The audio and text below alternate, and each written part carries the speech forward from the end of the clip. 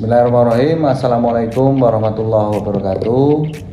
Perkenalkan, saya Adam Asadi, peserta PLDP 1 tahun 2026. Unit asal saya dari Kebun Balong, Kabupaten Jepara, PTPN 1 Regional 3. Di sini akan kami sampaikan beberapa hal terkait dengan relearning dengan judul kepemimpinan, kemudian manajerial dan fungsional. Ada beberapa tahapan nanti kami jelaskan dalam bentuk PowerPoint. Semoga menjadi gambaran kita semuanya. Terima kasih. Baik, saya akan menjelaskan terkait dengan modul 1 dengan judul kepemimpinan. Ada beberapa hal dengan topik pembahasan. Kalau kita lihat itu ada di konsep kepemimpinan level 5.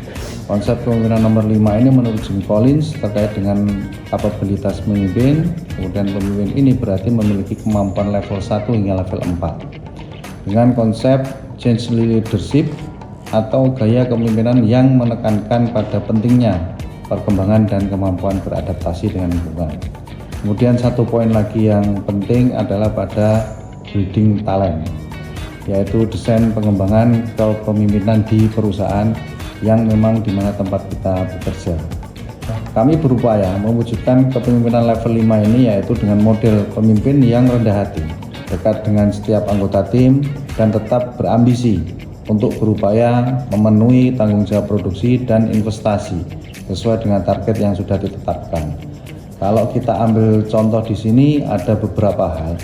Dari Jim Collins ini, kalau kita lihat dari level 1 itu berupa pemimpin ini dengan pola membuat kontribusi yang produktif melalui talenta, pengetahuan, keterampilan, dan kebiasaan yang baik.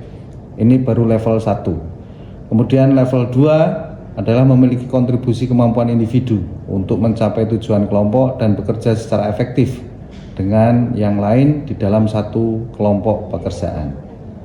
Pemimpin model 3 atau level 3 itu bisa mengkoordinasikan orang dan sumber daya agar menjadi efektif dan efisien untuk mencapai tujuan, baik sumber daya alam, sumber daya SDM maupun sumber daya finansial. Artinya dari modal yang dikelola sudah bisa untuk mencapai tujuan. Kemudian naik lagi di level 4 itu effective leader, artinya mengkatalis komitmen untuk mencapai tujuan dengan visi yang jelas dan memicu kelompok agar bekerja dengan standar yang tinggi. Artinya kita punya standar-standar yang maksimal itu sebagai acuan dalam bentuk mencapai tujuan.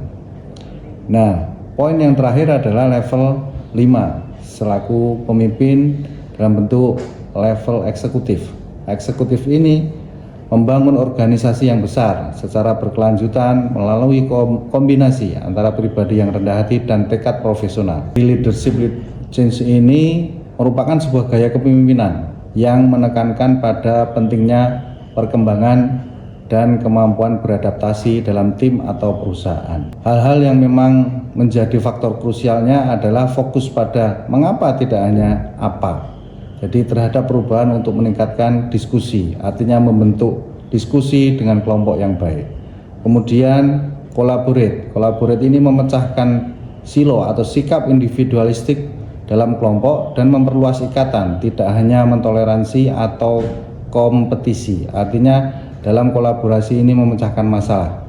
Kemudian komitmen atau komit ini persisten atau adaptif terhadap tantangan, berperilaku positif dan sabar dalam menghadapi masalah. Karena setiap kelompok itu untuk mencapai tujuan ada masalah yang dihadapi.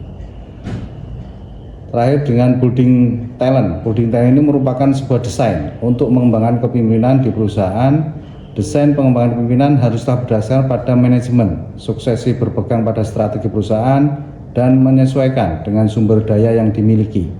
Dalam building talent bukan tidak ada hambatan atau tantangan, tetapi berikut tantangan dalam pengembangan leadership ini menjadi kendala yang memang harus kita hadapi bersama dengan pola pimpinan yang baik seperti level nomor 5. Tantangan pengembangan leadership ini adalah menjadikan program pengembangan melekat pada proses pekerjaan sehari-hari. Setiap individu belum tentu punya development readiness yang sama. Bagaimanapun, membuat hasil belajar karyawan dihargai sama dengan hasil kinerja.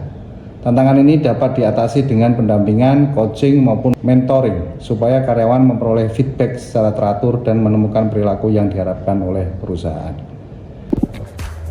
Demikian pemaparan dari materi PLDP saya, semoga berguna dan bermanfaat.